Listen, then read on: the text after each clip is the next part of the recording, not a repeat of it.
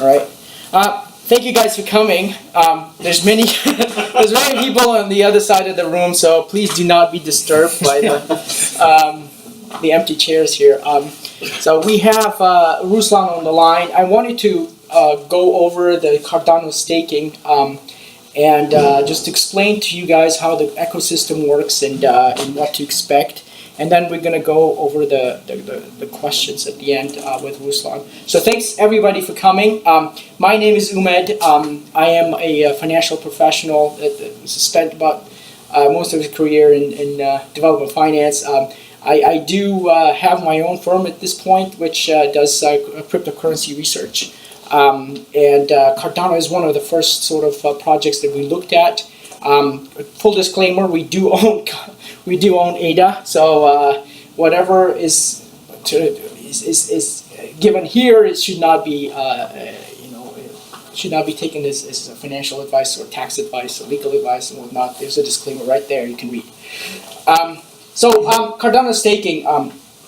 I wanted to go over the components of this system, and we're going to go over what the proof of stake is and how does it work, and when staking is supposed to come online. And I'm sure Ruslan will have some fresh ideas about that. So the proof of stake, for those of you who don't know, is basically a system where the time has been divided into epochs, and each epoch is basically divided into slots. And the way the system works is that at each point of time, at each beginning of each epoch, which is about 5 days, the system selects a group of people, and actually it selects a bunch of ADA probabilistically, and says, okay, you guys, whoever holds that ADA or holds the delegation key for that ADA becomes a slot leader.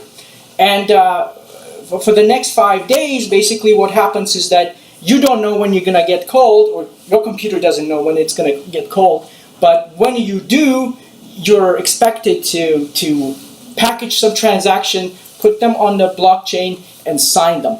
So that's basically the gist of what the proof of stake involves. So in a nutshell, it's a computer protocol that requires stake to participate. Participation equals following the protocol.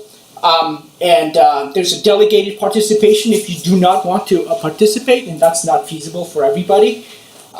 And the rewards are a function of your stake. So now, how does the staking work? There's a lot of different kinds of misconceptions about the staking. In Ouroboros, anybody with a single ADA basically can participate. Yeah, so all you have to do is just hold some ADA. Now, there's a caveat here in a sense that the probability of you being chosen to approve a transaction depends on the number of ADA you hold. So while you can participate, practically participate, it may not be economically feasible to turn your computer for 365 days in hopes that you will get to approve a transaction. It may not be economically feasible for you. Now, when you decide to stake, you have two options: either to solo stake, which means that you basically run your own node and make sure that you're online when the staking the protocol calls your ADA, or you can delegate. Now, the delegation follows basically a principle of separating your spending key from your staking key. So right now you have only the staking a spending key where you if you want to transact, you basically sign your transaction with your spending key, and off goes your ADA to another address. Now with the implementation of Shelley, they're going to introduce a staking key whereby your right to stake could be delegated to somebody else, and that somebody else actually can also delegate to somebody else.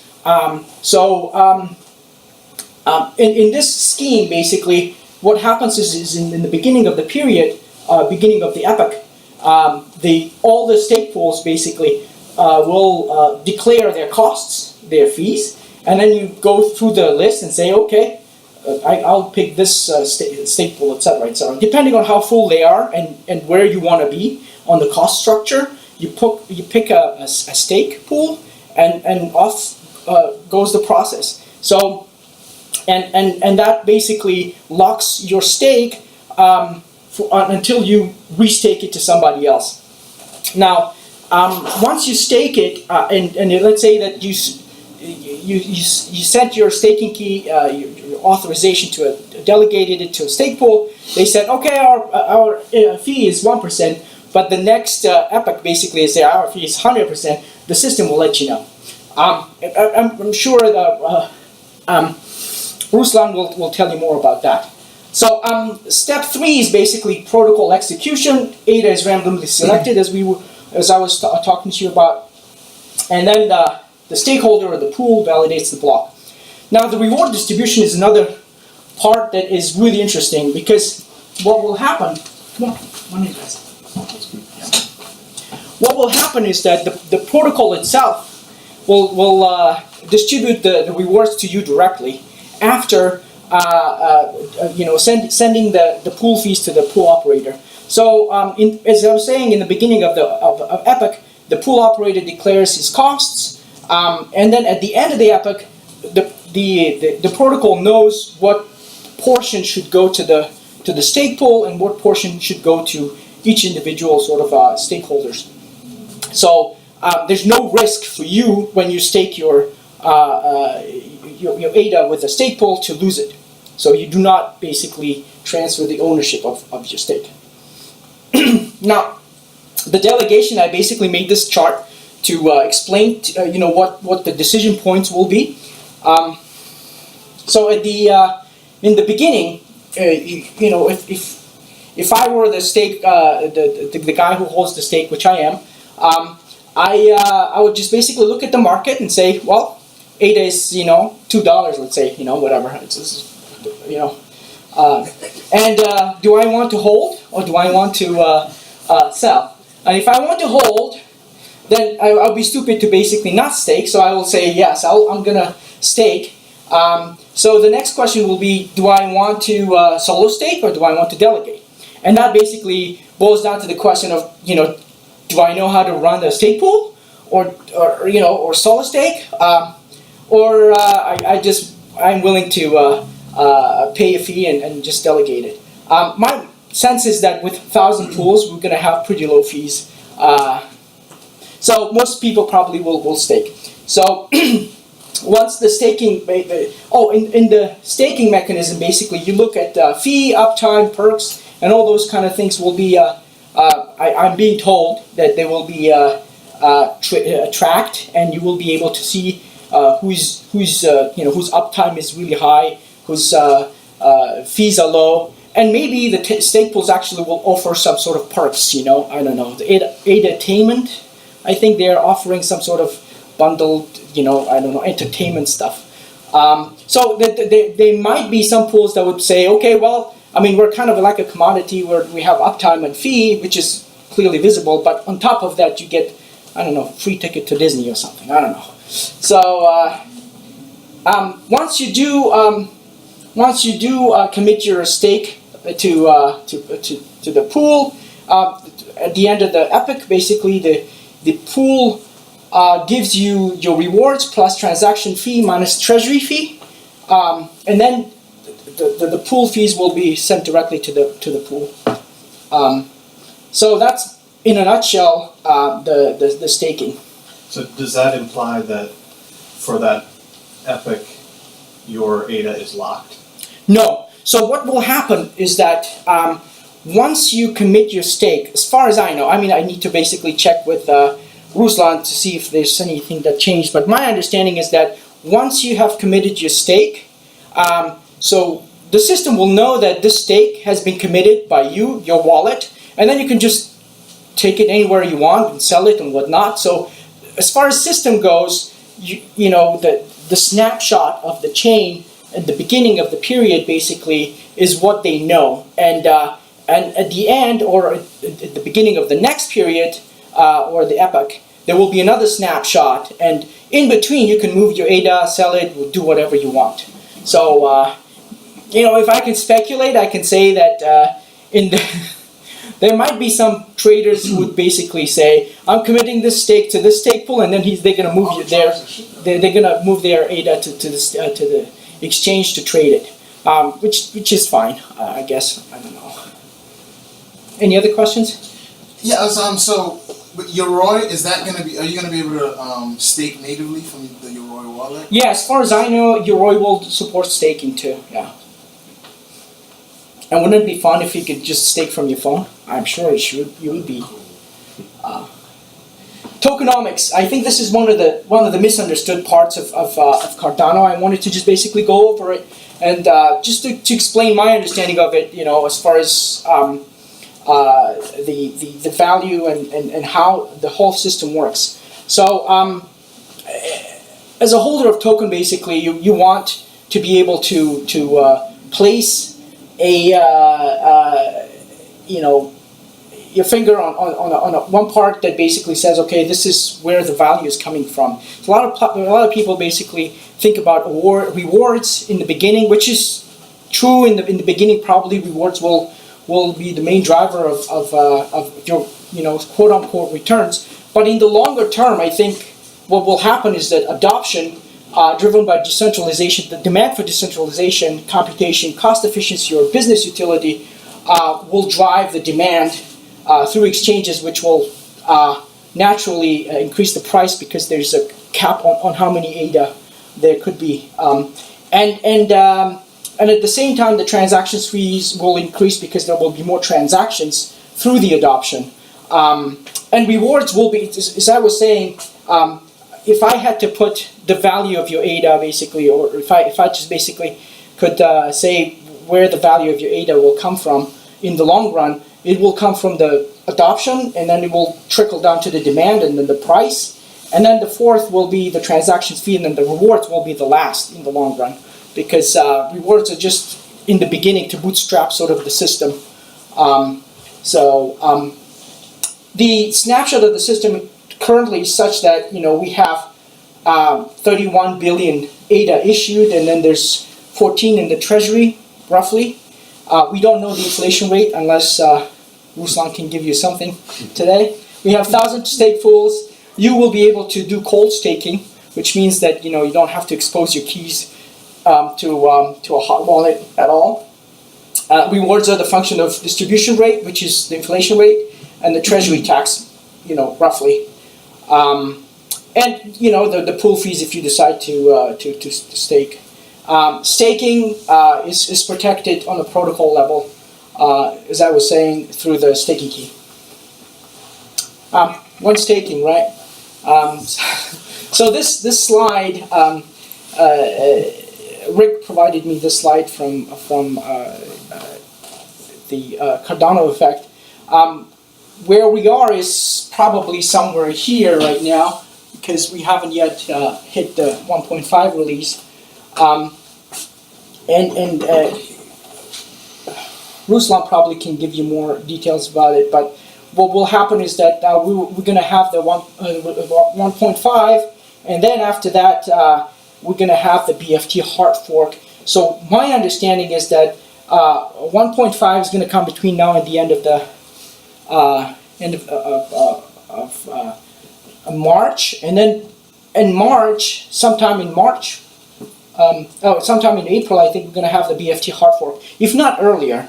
And then between April and plus, we're going to have sort of a transition period where we're going to have the two chains kind of running simultaneously, and then the whole chain is going to change to Shelley. So the way that the release is going to work is that they're going to start with 100% centralized, whatever the federated chain, where 7 nodes are basically in control, and then they're going to release it slowly, 5% at a time. That is something that has been floating around. Each epoch, they will increase if everything is well. If everything is going well, then they will basically decentralize to full decentralization at that rate. So that's basically it from my side.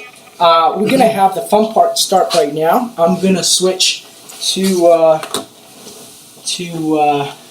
Ruslan, and then we're gonna do the Q&A. There you go. You still with us? Yeah. All right. I'm opening the floor for questions. So if anybody has questions, feel free to ask.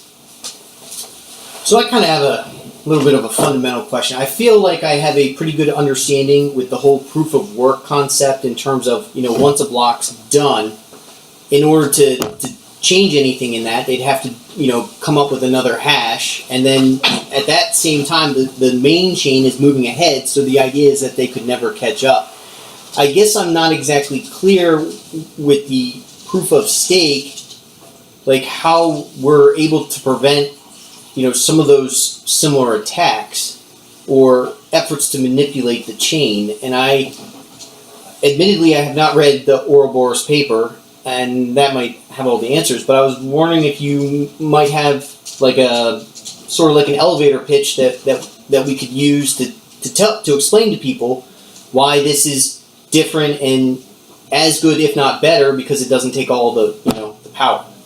Is that? Yeah. Okay. Yeah. Absolutely. No problem. Not having read the Ouroboros paper is absolutely understandable. Like it's really hard to parse. So the main difference that clearly makes it easy to understand immediately is that in the proof of work, and when people think of proof of stake, just working on somewhat the same rules, like maybe how it works in POS V3, like the most popular proof of stake currently, which is the Bitcoin code base, which is the one that was broken and with fake stake problems.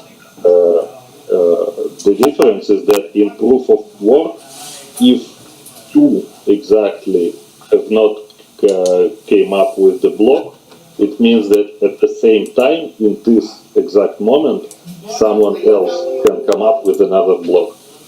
And so even if your node currently is down or broken, it means that some other alternative block will still be produced at this somewhere around this point of time. So like if in Ethereum you have a block every 15 seconds on average, if your node is down, some other node will produce in this time another block. In proof of stake, at least in Ouroboros proof of stake, it's not the same. Because the time is divided between nodes, basically. So this slot of time is specifically signed up for you as a node. And Okay. if your node is down, there is no block in these 20 seconds. It means that if you think about the whole epoch, which is 5 days long, it means that you have 21,600 slots assigned to some specific people. And so even if you would want to fake the whole chain, like create a fake history of a chain, you can't make it cryptographically. It's just the pure math and cryptography that don't allow you to do this, because you need to provide a proof that you are eligible to produce a block in this specific point of time. So even if you have like a significant portion of stake, maybe 10% of stake of the total stake in the system, then it means that out of the 21,600 blocks, in 5 days, you on average will maybe control like 2,000 blocks, 2,200, something around this. And so even if you would like to fake the 5 days of history, you would be able to come up only with 2,000 blocks in a row. And it's in no way it would be accepted as a valid chain compared to the full chain of blocks. And so the whole system, of course, breaks if you have the 51% attack. Because if you, for some malicious reason, can control historically the 51% of slots, then you can fake history, Okay. of course, because you can come up with an alternative, but also not. Sorry, my mistake here. Because if we already have a full chain where maybe like majority of blocks already present, then you can create a fake chain for the same epoch. If you don't control, there are blocks in the valid chain, because you need to come up with a chain longer than the chain that you want to swap, that you want to subvert. So it's just pure cryptography. You don't need to prove the produced word. You need to prove that you were eligible, that you were selected to be eligible to create a block at this specific point in time. And so it's just economics and math, nothing more. Sure. It's all about were you eligible or not to create. Yes, and so if you can in some way, for some reason, if you can grab the historical keys or something, that if you can get the keys from the majority of nodes, then you can potentially fake the history. But this is also solved in the reverse Prowse, which is the second paper and which will be used for the Shelley, which is getting implemented right now on the testnet and on the mainnet later. They are using the specific key evolving scheme, because the specific durations are still getting finalized. But the idea is that all nodes will be forced to use two different keys. One is the cold key, which is the key that they use to create the pool itself, and the second one is the hot key. And the hot key is not simple just key pair. It's the special key evolving scheme kind of a key. There is a research paper about it from like some old time that get implemented, where you have the same public key, but your private key constantly changes. And so now they decide whether it should be changed for every block, but more realistically, it will be changing either once a day or once an epoch, something like this. But so basically, your private key gets changed every day or something like this. And so even if your node even if you can hack like 600 out of 1,000 nodes, and you can steal 600 private keys, you can fake history just because the keys constantly gets changed automatically. I see. And so it's just pure math, pure cryptography. Beautiful. Yeah. Yeah. That's basically the forward key signatures, right? Yeah. Yeah, it's basically you sign the transaction and then you throw the keys away. That's Nice. how it actually works. You know, you will never be able to replicate it. Sure. Any other questions, guys? Keep them coming. He's got 1 hour right, by the way. At least he told me he's on vacation. We should have like 20 minutes. I have one. So when Shelly's out or work ready to stake, as I'm not going to be running my own pool, but I'm curious about how an individual would select what pool to put their ADA in. As far as like, I think Charles or somebody was talking about how you guys are thinking through like a methodology of how stake pools would be presented and some kind of portal for people to select. And I understand that there's like, you can go look at each individual pool and there's, cost and like uptime and maybe other features, but like, how would someone, when you're presented with like 1,000 different choices, how do you kind of, that, and also like, can't stake pools become full at a certain point, because it's not, the economics don't make sense to have more in your pool? Can you talk a little bit about that if you know some of the plans? Yeah, okay, no problem. The first question is a really good one, because it might be disappointing point for some people that are getting like prepared to run their own nodes, but the pools and the nodes the whole system is supposed to be kind of really different from what we have in proof of work systems and how they manage their pools. But in Cardano, just because the plan to be like 100 to 1,000, the exact number is still not finalized also, but like expected numbers somewhere between those pools. The pools in Cardano are more similar than different. Just because you have this much of pools, there are no like no major differentiation points between them. Just because the staking and delegation itself is part of the protocol, there is no need for pools to be too smart and too fancy about it. Just the way how they do it in Bitcoin or Ethereum or something, where pools decide everything and they need to come up with their own software, they need to come up with their own reward distribution schemes, stuff like that. In Cardano, it's all taken care of. And so the pools are actually basically just expected to do the minimum that they are expected of. Just do good enough job and that's it. You just need to keep chain alive and that is all. That is all that you are expected to be doing. And you need to do it like fine. You need to do it good and that's it. That's the only thing that you're required to do. And so it's the same for users. Just because there is no major differentiation point between pools, you basically have just like 4 or 5 parameters to distinguish pools between each other. You have like what are the fees the pools take, what are the how full the pool is, how good they are, basically whether they have been crashing a lot in previous epochs or not, and I don't know, just the name and the website and description, and that's basically it.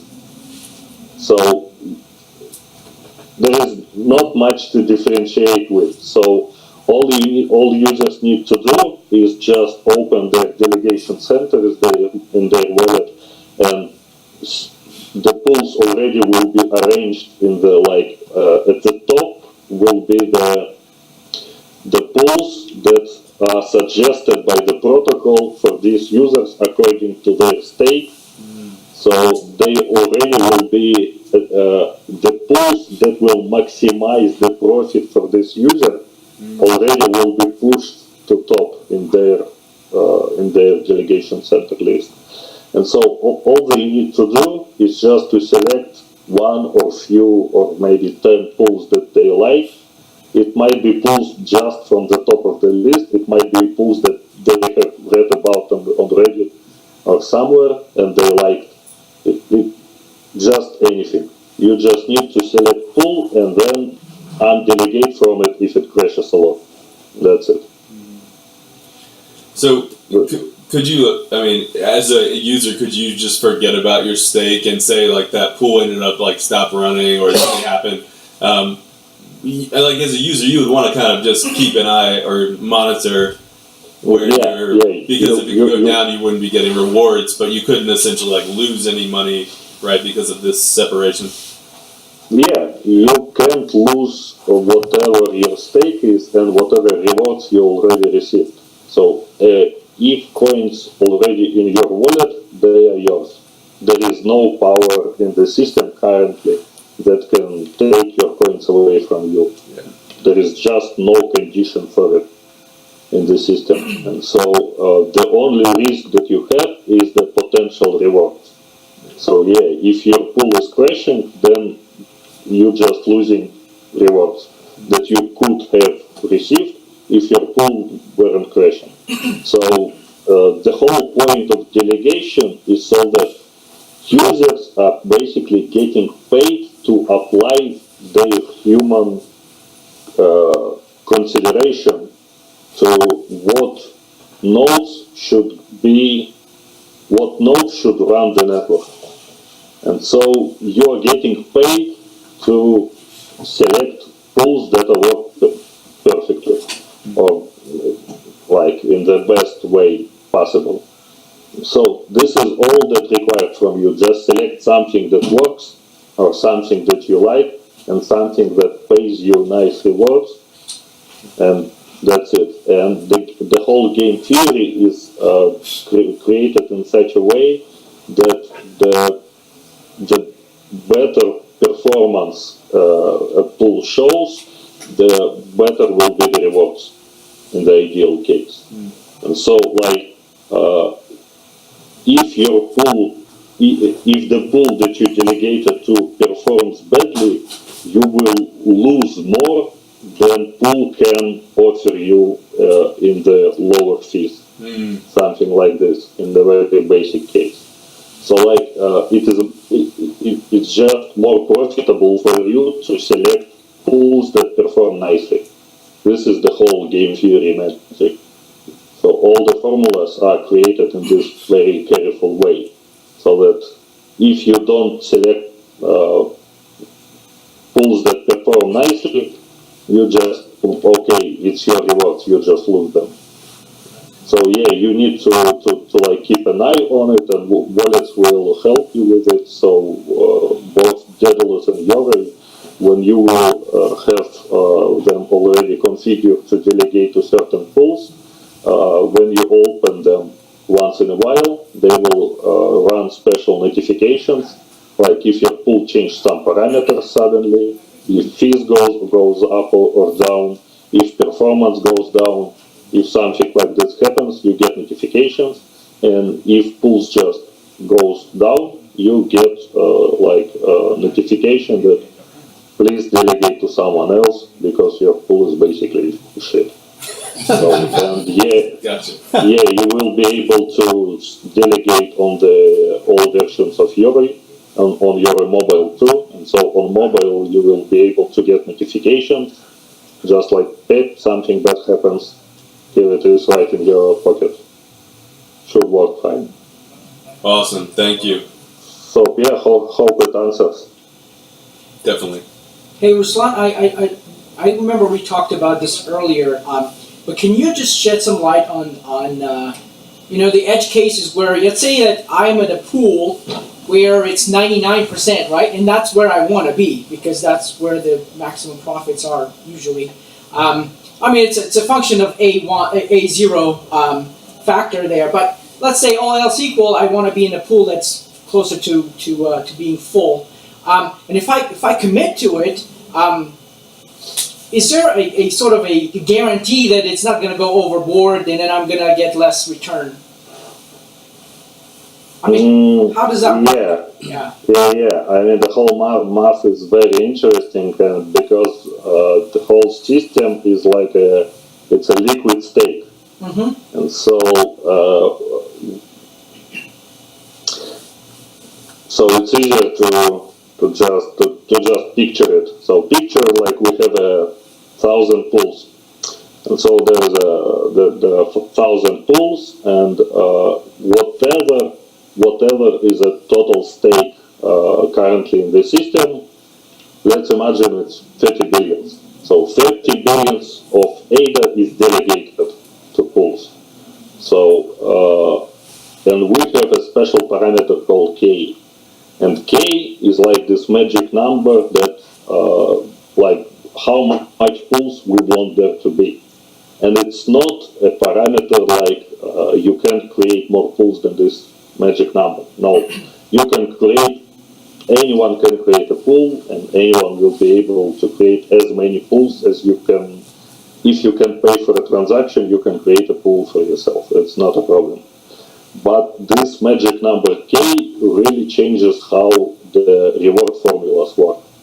And the whole game theory is based around it. And so if game theorists are right, then this magic number K should over time force, just economically and rationally force the number of pools to be somewhere around this number.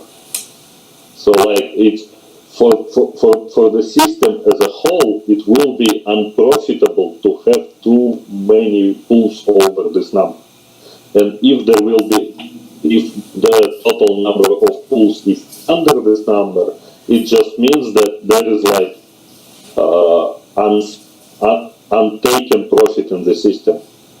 So if we set k to the 1,000, which is somewhere around like the speculated number of pools that the speculated value of k that will be used, but the real number is still not defined. They're just keeping it real secret. So if we set k to 1,000, it means that if there will be only 900 pools in the system, it means that the reward that could be taken by 100 more pools is just not taken by anyone. And it's not separated among the other 900 pools. It just lost. It just lost somewhere in the system.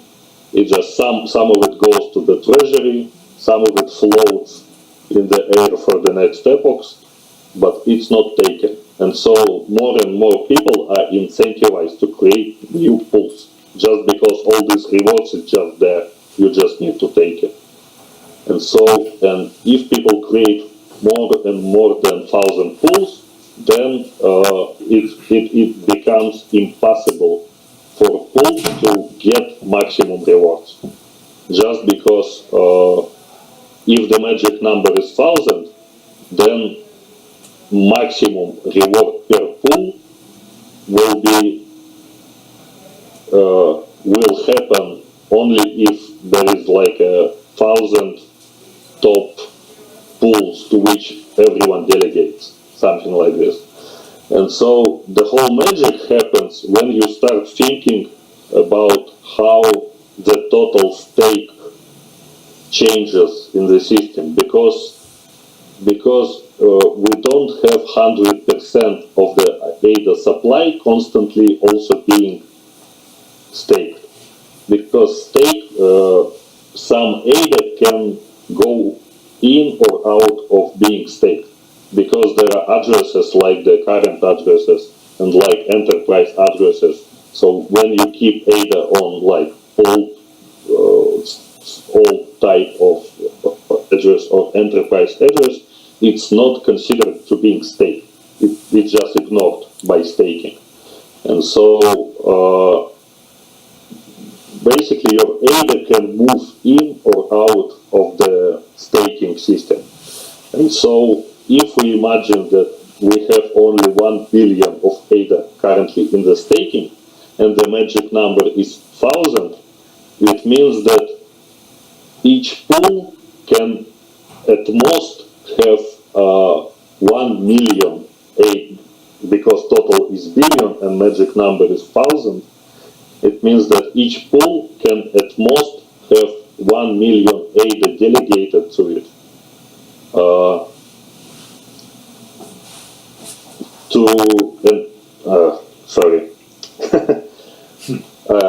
Not have delegated, but at most 1 million ADA per pool will be rewarded. That's how it goes. So if you have 500,000 ADA delegated to you, you get rewarded as if you have 500,000 ADA delegated to you. If you have 1 million ADA delegated to you, you get rewarded as if you have 1 million ADA delegated to you. But if you have 2 million ADA delegated to you, you still get rewarded as if you have 1 million ADA delegated to you. So the stake that can be delegated to you is not capped, but the rewards that you can receive are capped. And so it becomes economically unfeasible to have a ton of stake delegated to one pool just because the rewards are, again, they are just lost. And so the people are again incentivized to just create another pool and take all the over the cap stake delegated to this pool and delegated to this new pool. And so there are all these very interesting cases when if the total current stake in the system is 1 billion, and we have 1,000 of pools with perfectly spread stake around them, so each pool have exactly 1 million ADA delegated to it, and the whole system is like perfect equilibrium where everything is just nice. And then suddenly, out of nowhere, there is 20 million ADA getting just in the system. It means that total number of ADA in the system just got bigger. And because the magic number doesn't change, it stays as a constant. It means that now every pool can contain at most not 1 million ADA, but 1 million and like 20,000 of ADA. And so the cap for all pools suddenly right. And so if stake goes out of the system, the cap for all pools goes down. And so even if your pool was just exactly at the point of capping and you don't have any overcapped stake in your pool, but someone takes some giant major stake out of the system, suddenly all caps go down and now your pool is just a little bit over the cap. And so this is all this stuff is really interesting to think about, and it will be really interesting to observe at the first stages when the whole delegation and staking just get life and get built over the time, just get stabilized. But in some months, I think we will not see any major shifts there. It just will be some minor floating here and there in total stake or in caps. The whole thing is expected to stabilize pretty quickly. So just some interesting stuff to think about. But Yeah, so just a quick question to follow up. You said the magic number is kind of trade secret, right? I mean, we're not publicizing how many. No, it's not. They are keeping it secret for now. I mean that. So we'll know if there's lost transaction fees and the opportunity to set up another pool. Yes, of course. Okay. It will be public. It will be a protocol constant, and so it will be set up right in the blockchain right itself. In your face. Okay, great.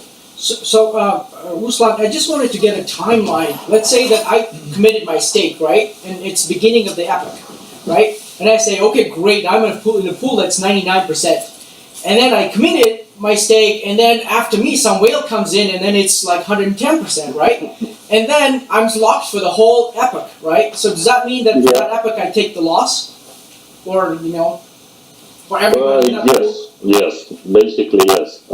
It means that for this epoch you might have some lost opportunities or something like this, like your final potential reward is a bit lower, but at the end it's not expected to be like too big of a difference, because the pool's expected to stabilize somewhere around the maximum number. So if we just run some very quick math, just because in Cardano the also main difference from other systems is that there is the expected to be no major difference between having your coins not staked and having your coins explicitly staked. Like, it's not something that you explicitly do just when you want to hodl or something like this, like you have in other systems, like maybe, I don't know, waves or something like this, where you need to explicitly send something similar to send your coins somewhere, lock them, and then you just lose your control over them for some time, and you need to explicitly unstake them. In Cardano, the whole system is more like it is expected basically for everyone to be constantly in the state of staking, but just the number that they are staking constantly may change just because they are actively using the system. So even if you don't want to hodl anything and you just have your spending wallet on your mobile phone, all you need to do is just to configure this wallet to be constantly delegating to some pool. And that's it. And you keep using your wallet, and your coins going in and out of your wallet, but just every 5 days, boom, some number, the card is getting snapshotted, and for the next 5 days, you're delegating this number. You're getting some rewards out of it. So there's no need to be overly explicit about it, like I am delegating to there or here. It's just expected to be like just a natural part of the system. So where everyone is delegating to someone, and all the even active wallets are getting participate in this whole system. So because of it, sorry, I might have drifted away a bit. I forgot what was the question. It's all good. No, I mean, It's fine. It was all about some whale coming in and splashing into the pool and reducing your rewards. Sorry about it. Yeah. I have drifted from. It's completely fine. Maybe in that realm, I wanted to ask you. I remember Charles Hoskinson basically mentioned that if you don't delegate, the system might assign your stake to a pool. Is that something that is being implemented, or is it something that is not? I remember the previous question. Sorry, no, it was the question about the timelines. Like, do I lost it for 5 days? And that was the. Sorry, I will remember this question, but the point that I tried to make about the previous question is that when you think about how snapshots and epochs and staking works in Cardano, you need to basically, you can imagine that in the very perfect case, when we don't have any limits on computational resources or any limits on the distances in the world and speed of light and the speed of network, then we could imagine the perfect mathematical system where the current distribution of stake would at every moment perfectly resemble the rights of different nodes to create blocks. So at this 20 seconds, when we have this slot, my share of the stake would perfectly resemble my rights to create the block for this slot. And for the next 20 seconds, what we have in this 20 seconds would perfectly resemble what the rights of some other node to create a block. But it's impossible just because we would need to calculate all this stuff every second or every 20 seconds or something like this. And so when we imagine this constantly flowing system where state constantly changes just because every 20 seconds someone sends data to someone else and the total distribution changes, we need to start to think like how often do we want to look at it, to take this information and to change how the rights to create blocks change. And so of course we would want to maybe take these pictures as often as we can. And so if we can take them every 20 seconds, how about like maybe every minute? No, it's still not possible just because we would need to perform a ton of calculation across the whole network every minute. And so then we start to create these trade-offs about how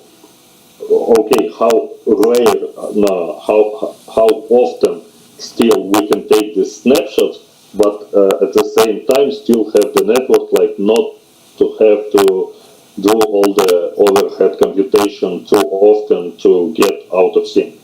And we come up with the 5 days, like every 5 days. And then we can imagine like we have this constant flow of the distribution changing, but then we just put every 5 days we put this snapshot and say that everything between these points are just static. It just stays the same. It's just a trade-off for the network and computation and all the computational resources stuff, but the rules like stay the same. We can imagine that it's just points in time, just drifted away, separated away in time. And so it's just easier to imagine the whole system in this way. So like people keep using their ADA. There is no need to lock anything. You can just, if we imagine the world of the future, how we would like to see it, people just go around buying stuff with ADA, and the whole ADA is floating here and there around all the different wallets, and just once in a while, we take these photos, pictures of the total distribution, and we run the system with them. And so there is no,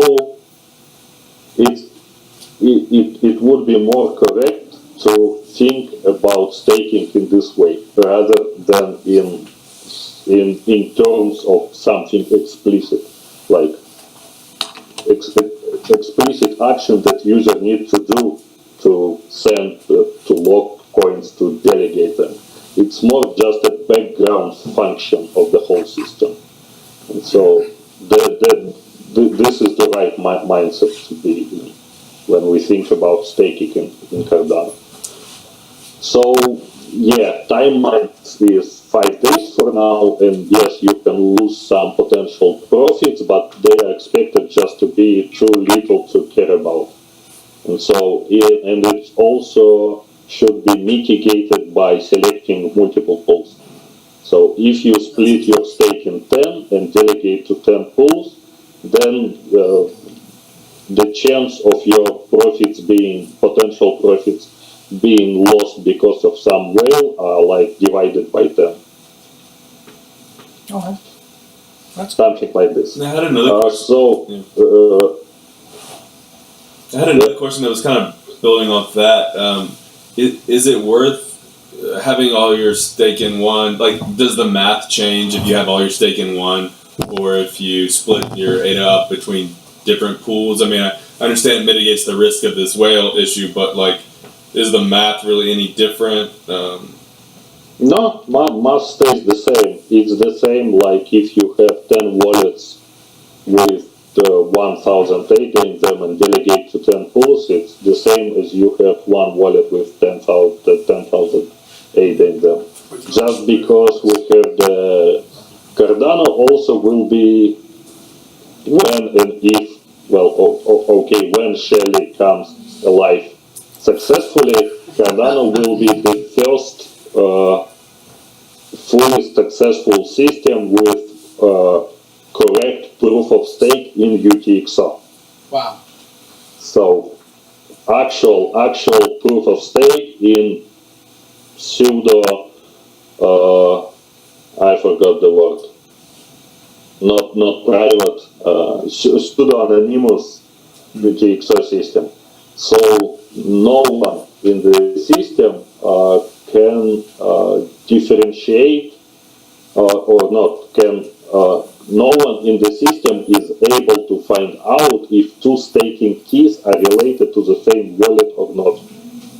So if you have 10 staking keys with 1,000 ADA on them, and you can delegate from all 10 staking keys to one pool, or from 10 staking keys to 10 different pools.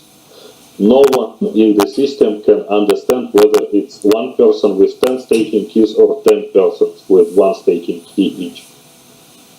So the staking key is like this minimum atomic part of the system, like address in a classic UTXO. Yeah. Sorry, but address only goes for spending. For staking, we need staking keys. And you can combine addresses in one staking key, but then it's impossible to understand whether staking keys are related or not. Can I ask a question on the snapshotting concept you talked about? Yeah. Have you thought through kind of the economics of say I wanted to, I go out to an exchange, I buy $1 million worth of ADA, I stake it, the snapshot's taken, I sell it. and I take advantage of the $1 million staked during that 5 days, and then I repeat that process, and because you're invariably going to get a volatility in the price of ADA, just like a dividend-paying stock, where it goes up pre-dividend, dividend, and then there's a little bit of a dip and a sell. You know, you get these waves in the price and kind of volume traded of ADA. Have you thought through that impact? Yeah, I mean, I am not eligible to talk too much about it just because I am no one on economics. Just can speak mostly from what I have read about it and what I have discussed with some guys about it, and that's it. So take any words with a grain of salt, please. Yeah. Sorry. But basically, yes, you can do it, and yes, no one can stop you from doing it, and yes, it's a kind of a trade-off, but all the rest of the profits that we get from this system are by far overweight this problem, and this is not considered a problem, basically. So if you want, you can do it, but it is mostly expected because ADA is not just a token of value, because we are waiting for the Goguen after Shelley to get live, and we are waiting for the smart contract platform to be built on top of all this fancy proof of stake delegation stuff that we are creating. We are not creating it just to play delegation. Like, there is no point to create all this fancy staking in delegation just to have staking in delegation. That would be a waste. So we are building all this smart contract platform, side chains, blockchain of blockchain stuff on top of it. And it is basically expected for people to more care about using ADA than about just buying it to stake it for 5 days. Gotcha. So Something like this. I'm sorry. Yeah, sorry. No, I was just go going to say, ahead. so saying that differently, it doesn't have an impact on the system. It doesn't. Yes. Right. Yeah. If there's some financially minded folks that want to do that, they can do that. It doesn't impact the quality or of the Yes. system. Right. Yes. It absolutely has nothing to do with the security and all the math that happens inside the staking. Gotcha. Yeah, and I would say, I mean, from what I can see is that there's two things that I think will happen. Again, take it with a grain of salt. The stake pools probably will be created to a degree that they are not completely full, because there's going to be always a risk that, oh, I'm going to have less, money and potential rewards or whatnot. And the second thing is that in the beginning, especially, there will be a lot of ADA moving to exchanges and from exchanges, because it's from an imperative of risk. You don't want to expose yourself for the whole 5 days if you don't have to. Right. So you just basically collect the things just like dividends, and then sell it and buy it. So there will be some some volatility around the price, but as Ruslan is saying, it will have zero effect on the security of the platform or the way that the system works, because the system works from the snapshot in the beginning. So whatever happens in between, it just ignores it. There will be some probably fluctuations in the price because of that. But as Goguen comes in, there will be a real use case, real demand for ADA, which will even out these speculative sort of moves on ADA. Can you talk about how protocol and software forks will be implemented, and how consensus will be reached via staking once the system is decentralized? Oh yeah, no problem. Basically, for now, they have this update proposal mechanism built into the chain itself. So right now, right now it's in federal mode, so they have just 7 nodes that they can do whatever, but they already work on the Ouroboros. It's for now. before BFT, and they already like follow all the rules just to have that thing working and tested and all this stuff. And the thing works something like this. So every epoch, each node is eligible to, if I'm not mixing anything up, every node can send one update proposal once an epoch. And update proposal goes just in the like special metadata part of the block and contains some proposal. So something actually like asking to change something in the protocol, and it might change some protocol parameter like the fee, for example, fee sizes and multipliers, or maybe like actually they can change the duration of slots, so any parameter, or the version of the software. This one goes also as the update proposal, just because network needs to know when all the nodes are on the same version of the software. And all the other nodes either accept it or they reject it. And so with the protocol parameters, they have some validation logic in there, just doesn't really matter for now. But yeah, when one node proposes to change something, other nodes can either reject it or they can accept it. And they have some logic about it that minor changes like the software version, minor software versions, and the protocol, some non-critical protocol parameters, they can, nodes can accept those automatically. But for major stuff, nodes basically require operator input, from what I know. I am not really too familiar with this mechanism they have, only know it from some documentation. And so, for example, when they release new version of the node software, they install it. Nodes potentially can automatically download it from some location, from known location, and install it locally, but the new stuff from the update doesn't go in action before this update proposal goes in. So the old version of the software still runs, and the old version of the software knows about the new version of the software being installed and being ready.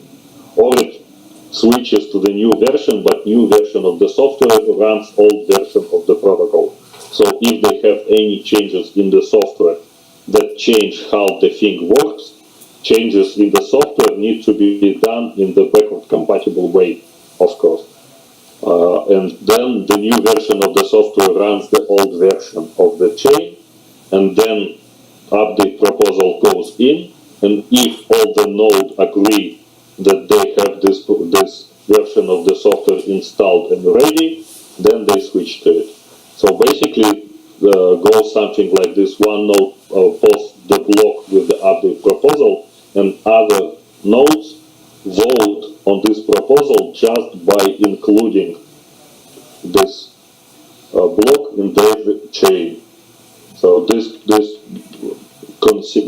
is considered as a vote, because if one node creates a block with an update proposal and next node is not ready to switch to this update, it just rejects the block and continues the chain from the previous block without this proposal. And the next node either accepts the update or rejects it and accepts the chain from the second node.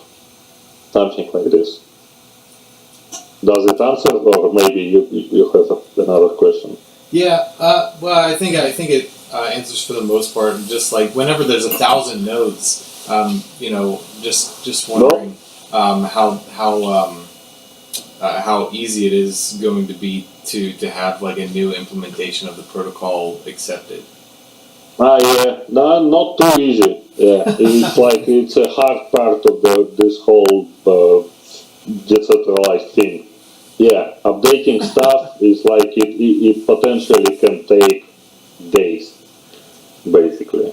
So, and it might create some forking here and there, but if we are being careful about using alternative implementations, and I mean it's really good to have alternative implementations of full nodes, and we are like all for, and we are really, again I forgot the word, sorry. We are like encouraging people to work on alternative implementations of full nodes and just to implement the same protocol to be able to work with the network. But then, as a community of full owners, we will need to be extra careful with what software we are running and how compatible this software really is, and how careful we are about accepting or rejecting updates. But yeah, it's more community work than just automating push something and it updates. It's like the whole community of nodes needs to get ready before the major updates, just to be ready to switch to it. Especially if you have like a majority of the network is on some alternative non-reference implementations of the node, so not from IHK. Then it just needs to go. It might take like a month of preparation before any major updates. I think it's a good thing. And it's okay. Yeah, this is how a system like this works. There is no other way to do it. For now, at least. Yeah, so let's check the security on these things before you. Yeah. Hey, Ruslan, can you tell us, I mean, this is, again, maybe quite trivial to the others, but do pool operators vote on changes, or is it anybody with ADA can do that? Voting, if we are talking about voting in the means of treasury, then it's not yet implemented, and it's like years ahead, like at least couple. And staking pools are not related to voting in any way. They are just, there is no connection. Staking pools don't vote. This is like the catchphrase we need to go around. Staking pools are for staking, not for voting. Okay. So currently, every ADA has only one right associated with it, and it's spending right. As an owner of one ADA, you have a right to, as an owner of one Lovelace, you have a right to spend this Lovelace, and that's it for now. After Shelley goes in, with every ADA and every Lovelace, there are two rights associated. It's a spending right and it's a staking right. As an owner of one Lovelace, you will be able to either stake or delegate this Lovelace, or you can spend it. And when you spend one Lovelace, you also transfer the staking right to someone else. And so when voting will go live in some couple of years from now, with every Lovelace there will be three rights associated.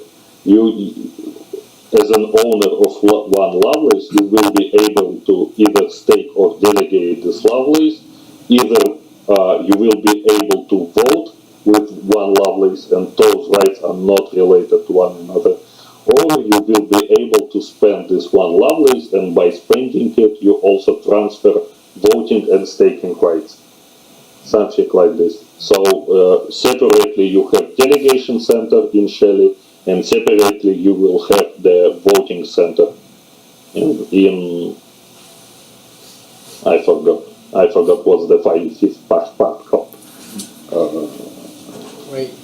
And Ruslan, if I could go back to the question that I asked before, with regards to the dead stake. Let's say that Shelley comes live and lots of people don't know how to stake. They just basically leave their wallets.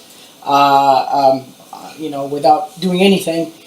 What happens to that stake? Have you guys decided to automatically stake it because the network needs this ADA, or do they just get ignored as one of the options he was thinking about? I think is that after a while, if you don't do anything with your stake, it just basically turns into an enterprise address, which basically gets excluded from the stake. Do you have any update on that?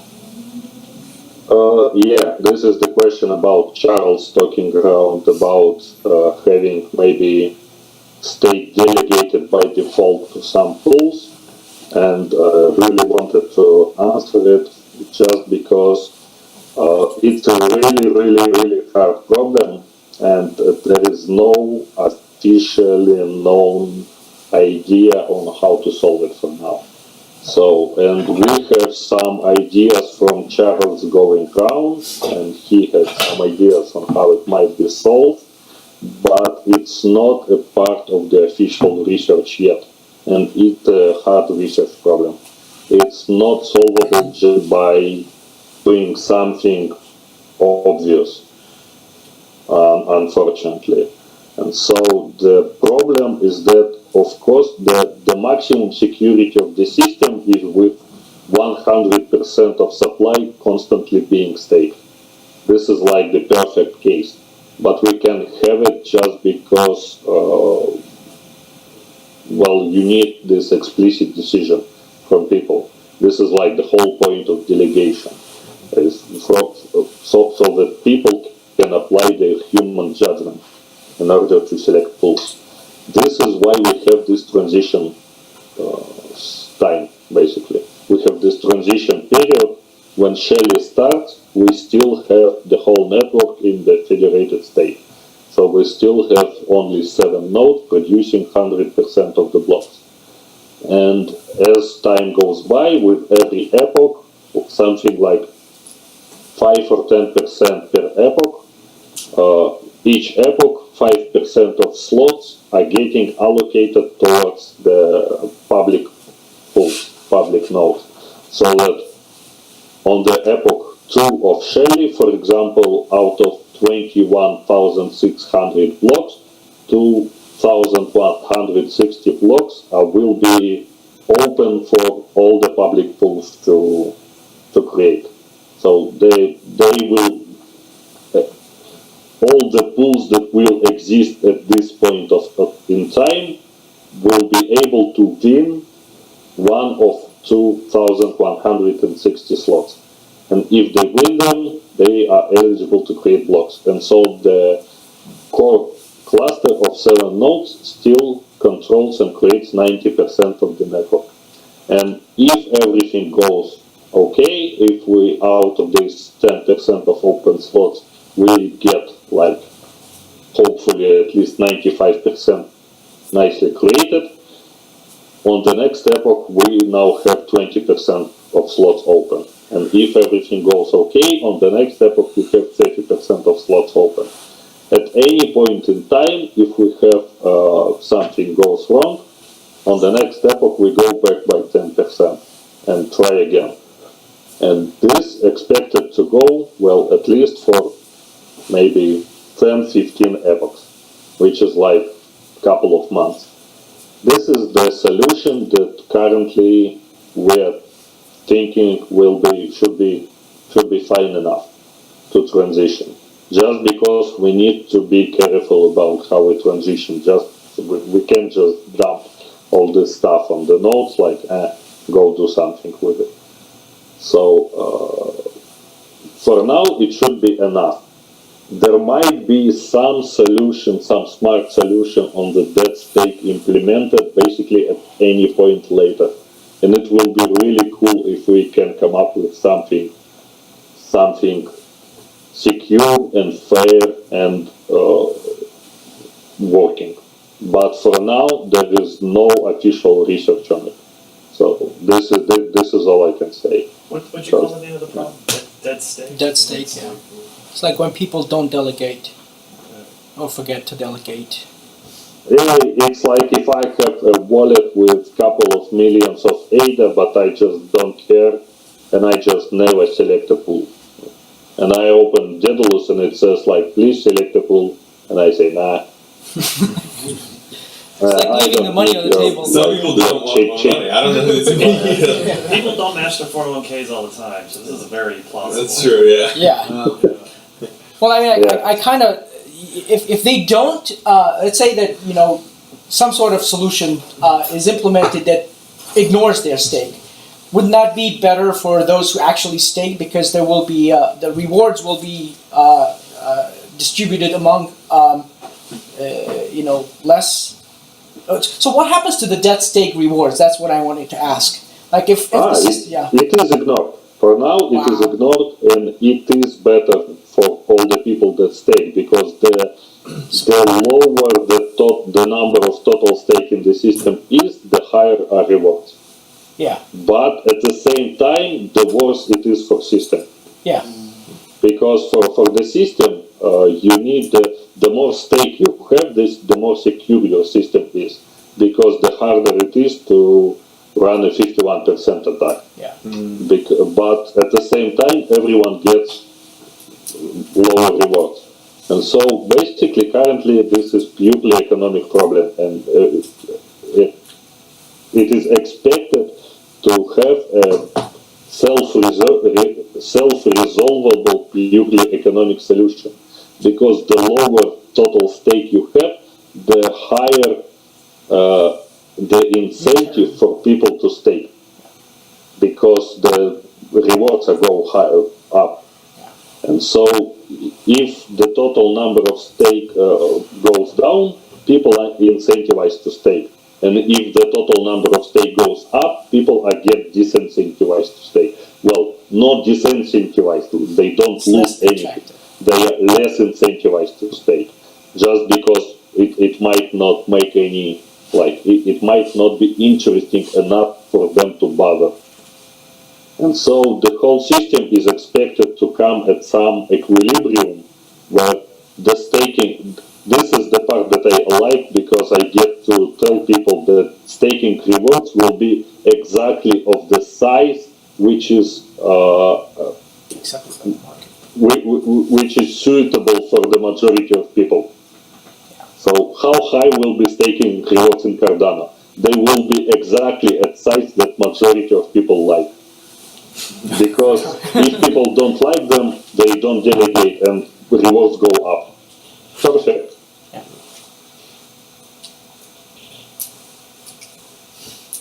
Can you like just like scan and like wait for like epochs where like there's like very little at stake, and then just kind of like make like bot or a smart contract that like is like constantly like looking for like those vulnerable periods and like attacking those? I'm not sure that fluctuation in the staking will be high enough for there to be like really vulnerable periods in time. As I say, the most fluctuations is expected to be at the beginning, when people are just figuring stuff out. Then we will see all the fun stuff, with pools getting like overcut just because someone took out some stake. That everyone gets like, what the hell?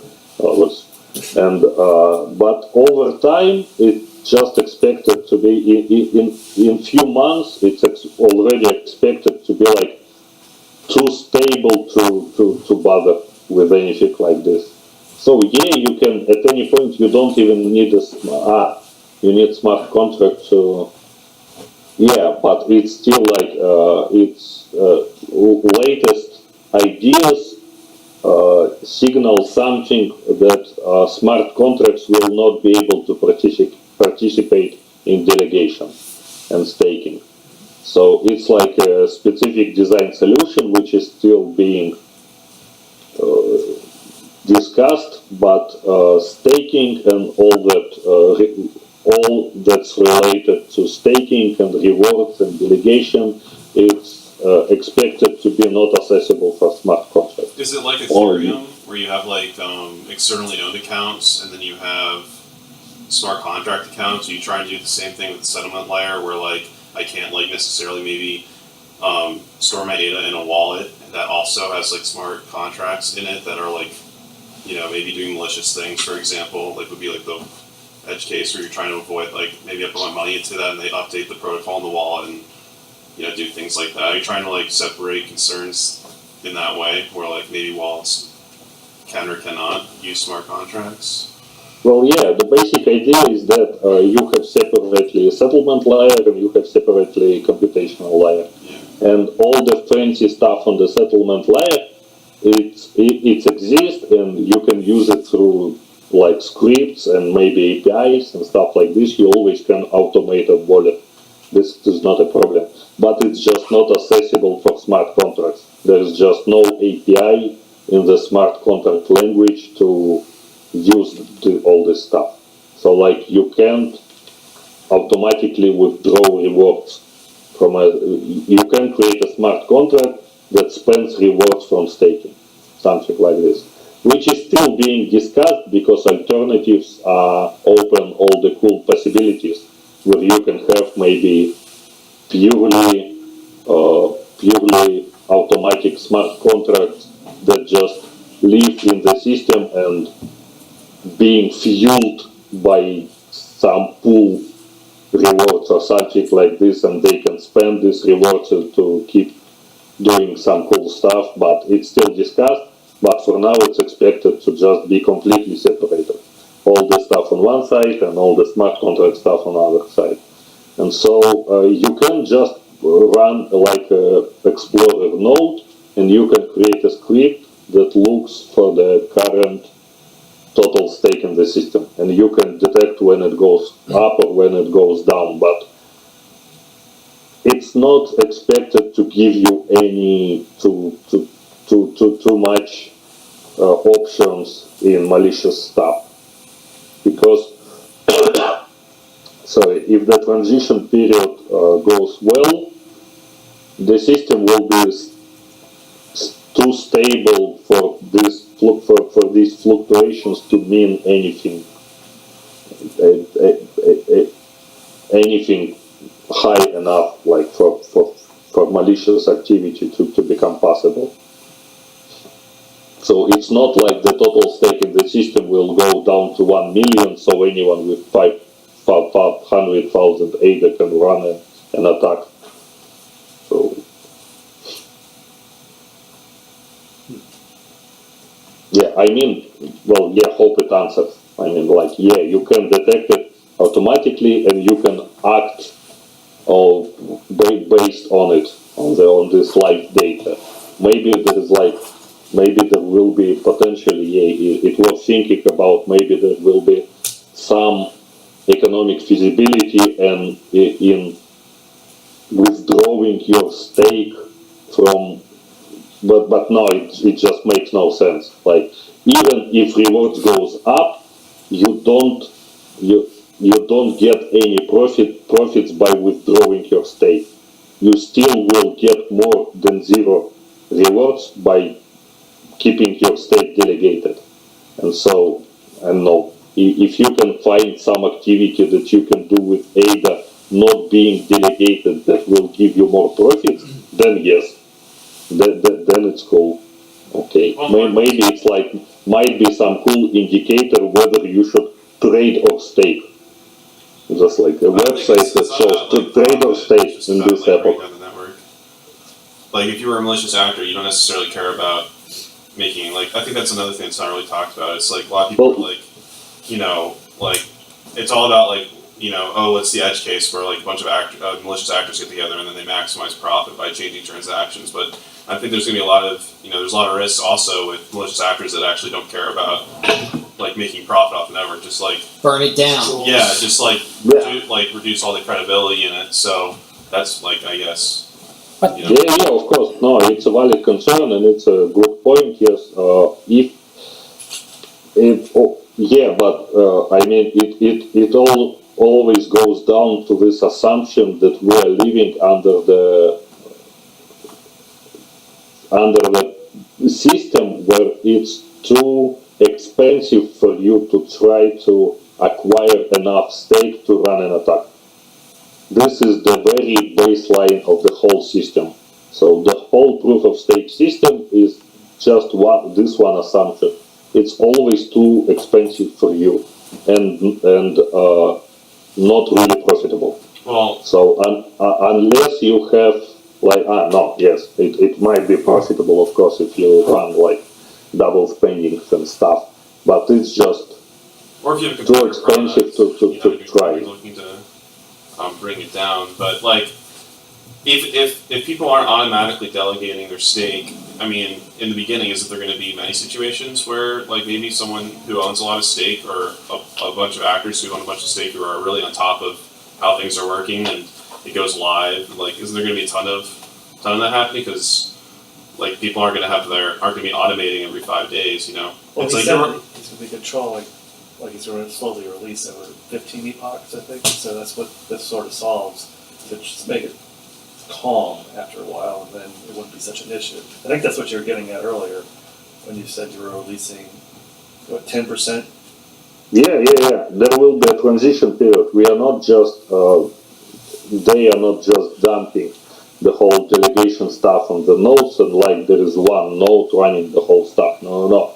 This is what we are talking about. There will be after the Shelly release, the main Shelly releases, we are going 2.0.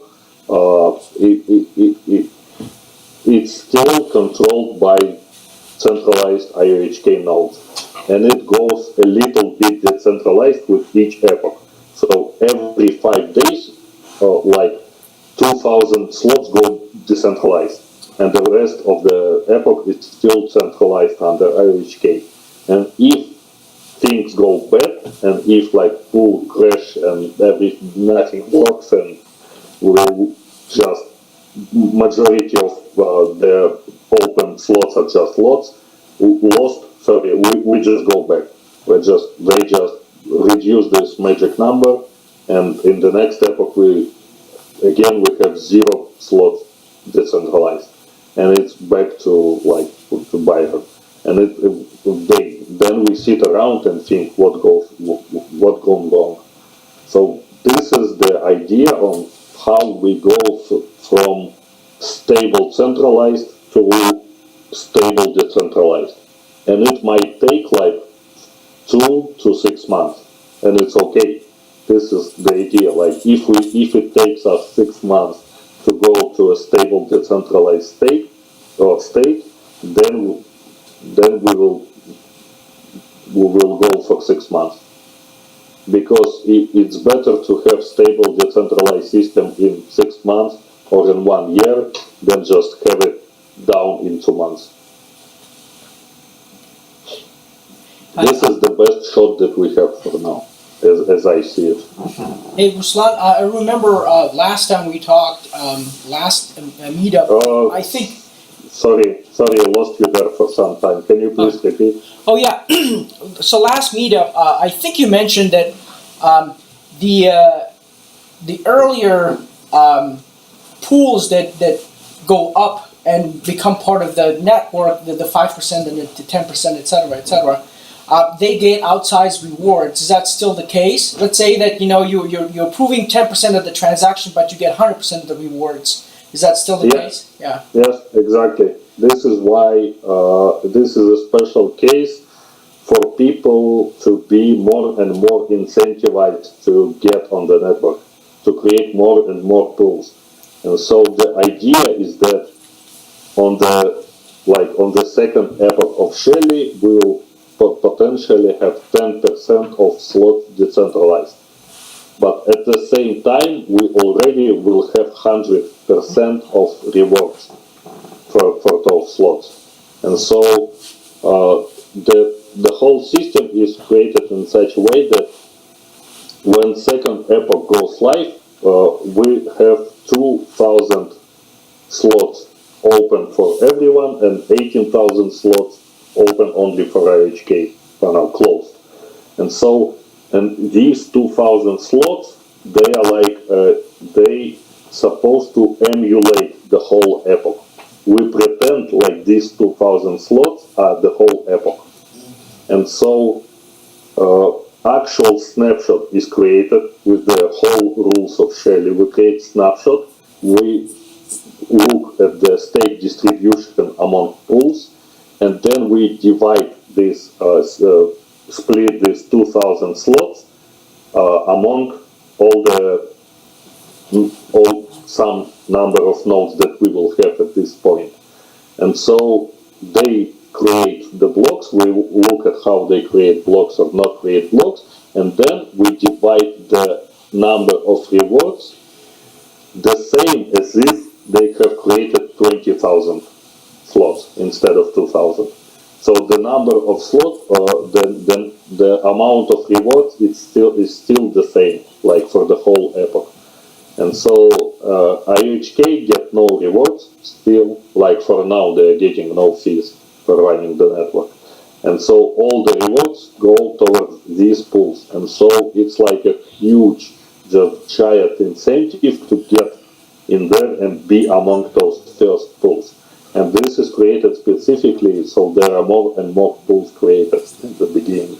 So there is no like lazy people going around saying, I don't want to create a node for now because there is only 2,000 slots. No, you get like a giant reward if you get at least one of those slots. So it should be incentivized. Okay. And this is also an incentive for if we open more and more slots for decentralization, and if something goes wrong, if like maybe pools are crashing, maybe there's bad network connections, maybe there is some problem in the software, and at this point IOHK will propose to reduce the number back. And so the good question is that when the number of decentralization gets to 50%, when or more than 50%, when at least 51% of slots decentralized, then IOHK already can just roll the number back because they already don't control the majority of the slots. And so basically the nodes can just reject it. And so the idea is that if we get to 60% decentralization and suddenly we start notice that something goes a bit wrong, we would like to roll it back to 50 or 40%. And we would like for nodes to be ready to give it back, the network. And the idea is that they will be just incentivized to agree on it because they are still getting 100% of rewards. And it is better for them to allow IOHK to take it a bit back, to look at it, to have it under control for some time, and then to open it again properly. So yes, it's still the same. Can you walk us through what it will look like for those people who actually will stake with the stake pools? Let's say that we are in Epoch 2, there's 10% of slots are available for the pools.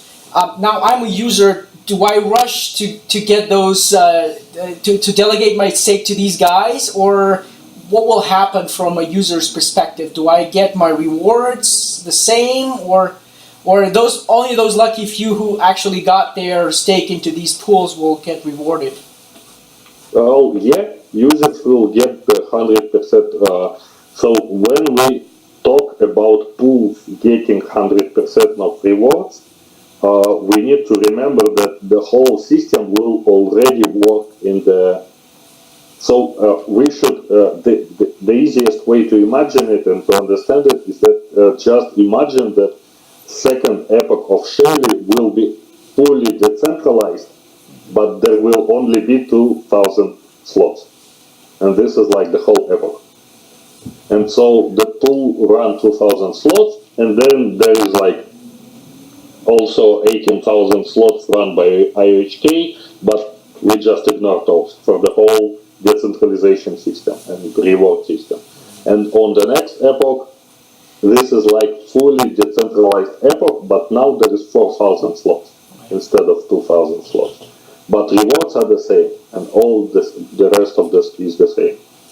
And so, yes, users will already be able to use the delegation center, and they can select the pools that they like, and they can delegate their stake, and they will also get this portion of this giant reward, but it will not be as noticeable for them because users don't make the actual work. So the nodes will notice the disproportion of rewards because they need to create only one block instead of maybe 200 of blocks. But they still get rewarded as if they created 200 of blocks. One node, I think, in the whole epoch. At what But point? users, they just delegated to one, maybe delegated to one pool, and then they got some reward. And for them it will be the same, because they don't notice how much blocks there were created by this pool. And so it also will be really easier for pools to fuck up at this point, because if you only control 2 slots and you miss one, now you are at 50% performance. Because compared to if you control 200 slots and you missed one. So pools are really incentivized to try to work properly at this phase. So what point will the IOHK release control of that? Because you said at some point you can get up to 60% and then you would try to convince people to roll it back. At what point Yeah. does IOHK totally let go? If at 60% epoch everything goes okay, on the next epoch we will have 70% epoch. And at the next epoch we will have 80% open epoch. And at the next epoch we will have 90% open epoch. And if everything goes okay at the 90% open epoch, maybe they will run a couple of 90% open epoch, and the next epoch will be just 100% open epoch, and that's it. It will be just one of them next epochs. There will be no slots allocated to the centralized cluster, and that's it. But I No training wheels anymore after this.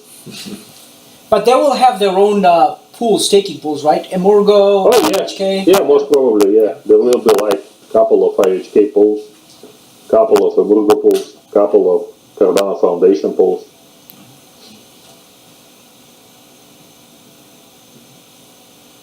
Any other questions, guys? So I got a non-staking question. Oh, sure. Okay. Can you talk a little bit, well, one small staking question. When is that first epoch, you think, scheduled at this point? The staking? You mean the first 100% epoch? No, the epoch? first 5 or 10% epoch. Or the Genesis, or the... Exactly, the testnet. Shelly. Yes. Dates. Okay, yeah. So the idea is that BFT will go live somewhere in March. Okay. Somewhere very, very soon. Okay. And so we will have 1.5 release, and then sometime after this, maybe in a week or so, we will have the hard fork. Okay. And this is like a hard point because we need the exchanges to be ready, which is the really hard part, Gotcha. complex part. And so this happens in March, and then soon after this, we will have the really magical 1.6 or maybe 2.0 release, and in some time after this, the next hard fork happens and the magic begins. But most probably we will have at the end of the March, we will have the fully functional Shelly testnet, which will be already like a full-blown demonstration of this whole stuff. And then I can't really talk about it too much, and I just don't want to be too wrong about it. But somewhere around April, maybe expected something to happen. April 15th. I assume the testnet's going to behave the same way. You're going to start Shelly. You're going to give 10% of the. No. Testnet will just start with Well, You could do Wild Wild because West, just let it. it's really hard to just start in the decentralized state, just because you need to bootstrap the network and run it and allow the pools to register and all this stuff. So it's supposed to emulate something like this. So yes, there will be like the initial few pools that run the whole system, but then more and more pools can get on board and can get allocated some test ADA and test delegation among with it. Okay. So my non-staking question was, next after Shelley, it's Goguen, and my question is more on the development side. Maybe we can have a meetup that focuses on that. That'd be awesome. What is the process? Do you know the process or what the rationale around the Cardano Foundation Investment Fund is, and how they're selecting investment applications to invest in, what their criteria is, that sort of thing? Oh yeah, sorry, but I have absolutely no idea about Okay. it. All right. They're really like a closed, completely separate company with their own politics. They have some legal, financial, and technical authorities on board that advise them on all this stuff, but I have zero idea. Okay. They just come up with some press releases, and I'm just, oh, cool. Yeah. So you're where I am then. Okay. Yeah, maybe Ruslan, to build up on his question, was I understand that Goguen is actually being developed in parallel, and the fact that Shelley is going to come out, let's say in April, May, or whatnot, doesn't have, I mean, the projects don't have to be back to back in terms of development. One doesn't depend on the other.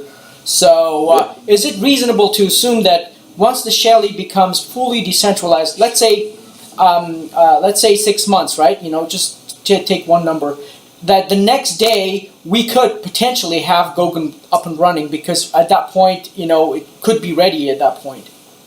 Yeah, absolutely. We could potentially have Goguen tomorrow already running on Cardano. This is actually one of the points where I advocated that it would be much better for the Shelley to get as delayed as possible, but to go live just before Goguen. Because without Goguen, Shelley is just burning money. Right. So Shelley by itself is just another Bitcoin.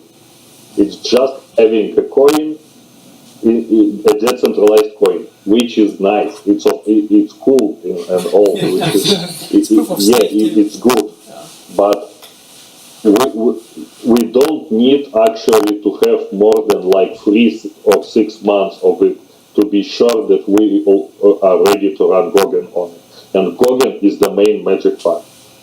And Goguen is cool, and all the cool stuff happens on Goguen, and so running Shelley already in stable mode, but without Goguen already running on it is just a waste for me. I don't know. So it's just my rumble. So, yeah. Yeah, I'll But take yeah, absolutely. I mean, they are independent, and at any time, Goguen can just go live. Yeah, I mean, that's going to be a great sort of meetup. I think the next meetup we can just focus on Goguen and CL. Absolutely. Just to give the audience a flavor, I remember I talked to you and you said that, you know, it's going to be such a great thing because you could run any algorithm, any consensus mechanism. You could create your own coin as long as you're pegged to your a settlement layer, and you could pretty much recreate anything that exists in the universe, but actually have it on a secure platform that is provably secure, and in that's part of the Cardano that actually excites me most, that you could just recreate anything. You could have 2 nodes basically approving all your transactions and have sub-second settlement if you want to. You can have BFT there. You can run anything you want. Is that still the case? Well, yeah, you should understand that last time that we talked about it, we were talking like about some really cool possible stuff that are getting thought about, but there is no actual research released yet. Yeah. So there is some research maybe happening about it, but there is no research available at this point, which is of course a shame. But research unfortunately doesn't just happen by itself. Yeah, So, but if Goguen, let's say, goes live, right? If Goguen goes live and somebody decides to create a side chain for Cardano and say, okay, I'm just gonna run BFT on it, and I'm gonna call it I don't know, EOS 2.0 because it's safer, and I'm gonna have 12 delegates in this case. Nobody will stop them from doing that, right? Yeah, You could do that. As long as you pay your fees, right? Yeah, I think the fees will be in ADA, right? Is that right? Yeah. So that's exactly that's just my point. Yeah, no, the research will have to take place if you want to be serious about these side chains. But potentially, when Goguen goes live, you can pretty much recreate anything you want. No, sorry, no. If we are talking about sidechains, then yeah, absolutely, yeah, of course. All the magic, all the power in your hands in that. You can just create whatever, and then the idea is that what is getting developed now, as we got finally the actual research on proof of stake sidechain released, is to make this like out of the box as a service stuff work. Yeah. Then the idea is that you can just run anything and then just peg it together, and as long as people for some reason trust your stuff, you can have it like run both ways, and this is not a problem whatever.